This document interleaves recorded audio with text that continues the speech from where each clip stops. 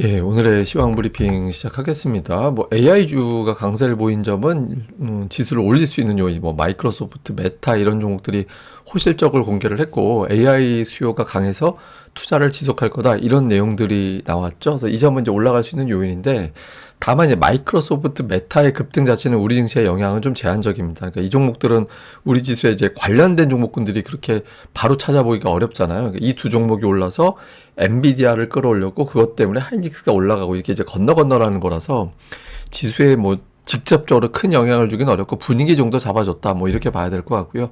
특히 이제 애플과 아마존은 또 실적 후에 하락을 했는데 애플 같은 경우는 자사주 매입을 축소하고 관세에 따라서 추가 비용이 발생한다 한 9억 달러 정도 이야기를 했는데 어쨌든 관세 때문에 또 아마존도 역시 관세 때문에 이런 어떤 코멘트들이 나왔잖아요. 그래서 이 부분에 대한 어떤 부담, 이거 어쩌면 미증시가 오늘 빠질지도 모르겠다. 그러니까 선뜻 연휴 앞두고 매수하기는 좀 어중간한 것 같아. 그러니까 이런 어떤 분석을 하는 투자자들이 있었던 것 같고요. 그렇지만 이제 미국 선물이 애플, 아마존 이슈에도 불구하고 올라갈 수 있었던 건 미국과 중국 간의 무역 협상이 좀 있는 것 같다. 제가 어젠가요? 그러니까 오늘 아침인가 방송에서 오늘이죠. 정리해드린 게 그러니까 중국 측에서 그 미국과 대화의 문이 열려 있다라고 이야기를 했는데 어제 이제 웨이보에서 어떤 코멘트가 나왔었냐면 미국 측이 접촉해 오고 있다. 그러니까 미국 측이 접촉을 해오고 있고 그리고 이거는 중국에도 나쁜 건 아니다. 그러니까 이런 식으로 이야기를 했잖아요. 근데 저는 이게 메시지가 그러니까 중국이 명분 만드는 것 같다라는 생각이 들었거든요. 그러니까 중국이 이제 자존심이 좀 있잖아요. 그래서 그러니까 미국에 굽혀서 들어가는 거는 15억 인구에게 엄청나게 좀 모욕감을 줄 수도 있다 이렇게 생각하는 것 같아요. 그래서 미국이 자꾸 이렇게 꼬시네라고 해서 넘어가는 모양새를 만들려고 하는 게 아닌가 이렇게 보여졌었거든요. 근데 어쨌든 최근 들어서는 중국 측 반응이 가장 유연한 그런 이제 이야기가 나왔습니다. 근데 이제 수급에서 외국인 투자자들이 순매도로 출발을 했고 특히 삼성전자 매도를 되게 많이 했거든요. 그리고 여전히 관세하고 동떨어져 있는 업종이 강세를 보여서 현재까지로는 4월하고 증시 분위기가 그렇게 확 달라졌다. 이렇게 보기는 어려웠던 것 같습니다. 그리고 오늘 그 로이터하고 블룸버그에 나온 기사들이 해외 주식시장 상황, 이에 따라서 우리가 어떻게 영향을 받지 이런 것들을 잘 정리해 주는 것 같아요. 우선 로이터 기사에서는 그 아마존과 애플의 실적 우려를 중국과의 협상 기대감으로 완화시켜줬다.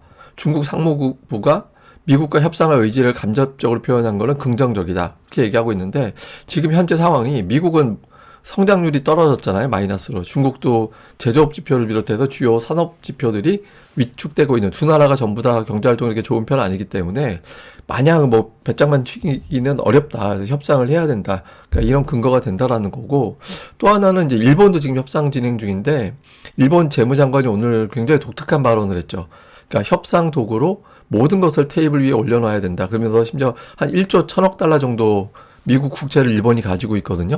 근데 이걸 갖다가 이런 걸 비롯해서 협상 테이블 위에 다 있어야 된다라고 이야기를 했는데 저걸 그렇다고 대놓고 미국 국채를 쓸 거야. 이렇게 얘기하기는 어렵잖아요. 근데 어쨌든 저런 걸 싹 던졌다라는 거는 일본도 뭔가 우리 자꾸 돈을 너희 나라 물건 많이 사줘야 되면 돈이 없으니까 대신 그 돈을 국채 팔아서 채워야 될지도 몰라. 하여튼 이런 취지로 막 오바해서 더 설명하고 그러려고 하는 것 같기도 해요. 근데 제가 보기엔 협상 그 자리에서 이런 얘기하는 것보다는 그 전에 이제 분위기 잡아서 우리가 이런 거 쓸지도 몰라 이렇게 가는 것 같거든요. 어쨌든 저건 나중에 어떻게 이제 파급이 있는지 좀 봐야 될 것 같아요. 저 국채 이야기는 좀 민감한 사안이라서 이외에 좀 봐야 될 것 같고 다음에 이제 블룸버그에 나온 기사들을 보면 중국이 무역 협상에 대한 가능성을 검토하고 있는데 근데 중국 측에서는 이제 워싱턴이 그러니까 미국이 백악관 측에서 중국의 진정성을 보여줘야 된다. 그러니까 한마디로 그냥 관세 한번 없애줘봐 시원스럽게 그러면 협상하게 이런 식으로 이야기를 하는 것 같고 또 중국 전직 관리는 이런 이야기를 하더라고요. 그러니까 이미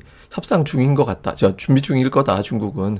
그러니까 누가 주도할 건지, 전략을 어떻게 세울 건지, 워싱턴을 상대할 때 어떻게 정책을 이야기할 건지에 대해서 이미 준비를 하기 시작했을 거다. 다만 이제 협상 과정에서 금융시장은 또 출렁거리는, 기대감 줬다가 또 공포감 줬다가 이렇게 출렁거릴 가능성이 있어서 협상한다라고 해서 무조건 증시가 좋아진다라고 장담하기는 어려워. 이런 어떤 이야기도 나왔고요. 근데 이제 다만 이제 루비오 국무장관이 지금 4개 직책을 맡았거든요. 그 안보보좌관이 사퇴했잖아요. 그래서 백악관 안보보좌관 역할까지 맡은데 이 사람이 굉장한 강경파예요.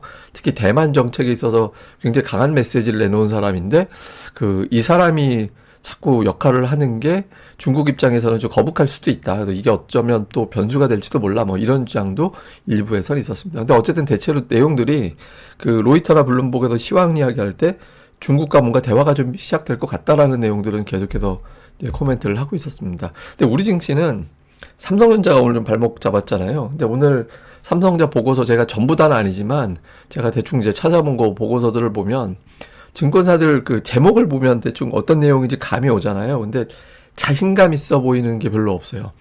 예, 그냥 그 회복 기대, 밸류에이션 매력 이런 거잖아요. 그러니까 뭐 체질 개선 기대, 뭐 하여튼 이런 거가 주로 있다라는 거는 이거 잘 모르겠다, 지금은. 이제 이런 내용이거든요. 그래서 목표 주가가 대체로 7만 원대 있고 대부분 다 목표 주가가 고정되어 있는 유지이긴 했는데, 어쨌든 삼성전자 실적 발표하고 나서 첫 번째 반응이 되게 중요했거든요. 근데 오늘 주가가 좀 빠지면서 좀 아쉬움을 안겼죠. 근데 삼성전자 주가가 또 120월선까지 빠져서 보통 120월선 플러스 마이너스 부근에서 삼성전자 주가가 저점을 만드는 경우가 많이 있었거든요. 그래서 이번에도 또 그런 움직임이 나오게 될지 삼성전자 주가 흐름 향후에 되게 중요하다 좀 봐야 될 것 같고요. 다음에 또 하나는 시가총액 상위 보면 우선 삼성전자가 오늘 8.7포인트 정도 뺐고 삼성전자하고 삼성바이오가 오늘 10포인트 올렸거든요. 근데 주목해 볼 만한 거 삼성바이오가 시가총액 3위가 됐어요. 예, 그리고 LG에너지 솔루션이 시가총액 4위가 됐고 지금 시가총액 빅3 안에 제약바이오가 들어가는 그런 형태가 됐거든요. 그러니까 지금 현대차가 5위고 그 방산이 지금 6위에 돼 있고 그래서 약간 이제 예전보다 수출주들의 어떤 비중이 좀 낮아지고 비수출주 비중이 높아지는 그런 모습이 나왔거든요. 그래서 이게 이제 한편으로 보면 이제 이게 우리나라 시가총액 상당히 주로 수출주잖아요. 우리나라 뭐 경제 구도가 그러니까 이제 당연할 수 있는데 근데 이게 그 단기적으로 시가총액이 확 올라온 방산주도 그렇고 조선주도 그렇고 그러니까 이런 어떤 구성이 될 때 이제 이게 시소를 굉장히 격렬하게 탈 가능성이 있습니다. 그러니까 이게 막 수출주 올라갈 때 저런 종목들이 쭉 빠지고 또 반대로 되고 하면서 시소 관계가 좀 복잡하게 될 수 있어서 향후에 시가총액 순위 변화는 앞으로도 계속해서 요란할 가능성이 높다 이렇게 봐야 될 것 같습니다. 그리고 코스닥은 오늘 외국인 기관이 이제 매수하는 흐름이 나오다 보니까 시가총액 상단이 대부분 다 올라가는 그러니까 에코프로 제외하고는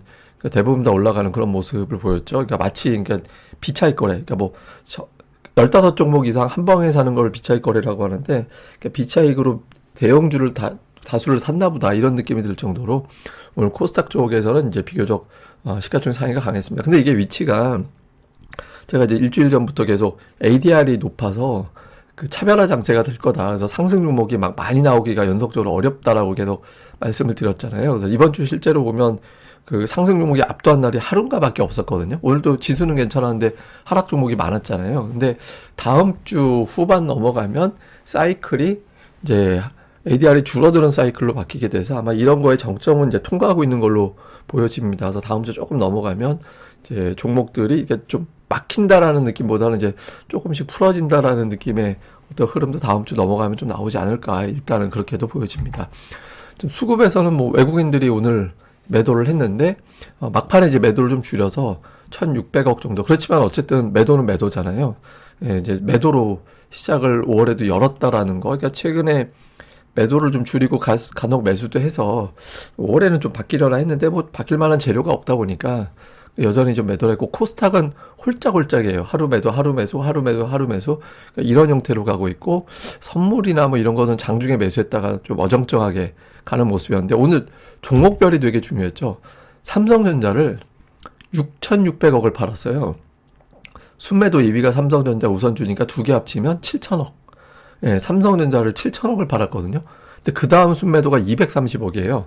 그러니까 삼성전자만 집중적으로 매도하고 그 외에는 없었다라는 거고 매도한 거의 절반을 SK 하이닉스를 샀습니다. 그리고 순매수 2위가 두산인데 480억이거든요. 그러니까 오늘은 그냥 삼성전자 쭉 팔아가지고 그 돈 반으로 하이닉스 사고 나머지는 그냥 뭐라고 해야 되나 시식 코너 가서 그냥 맛만 보는 느낌?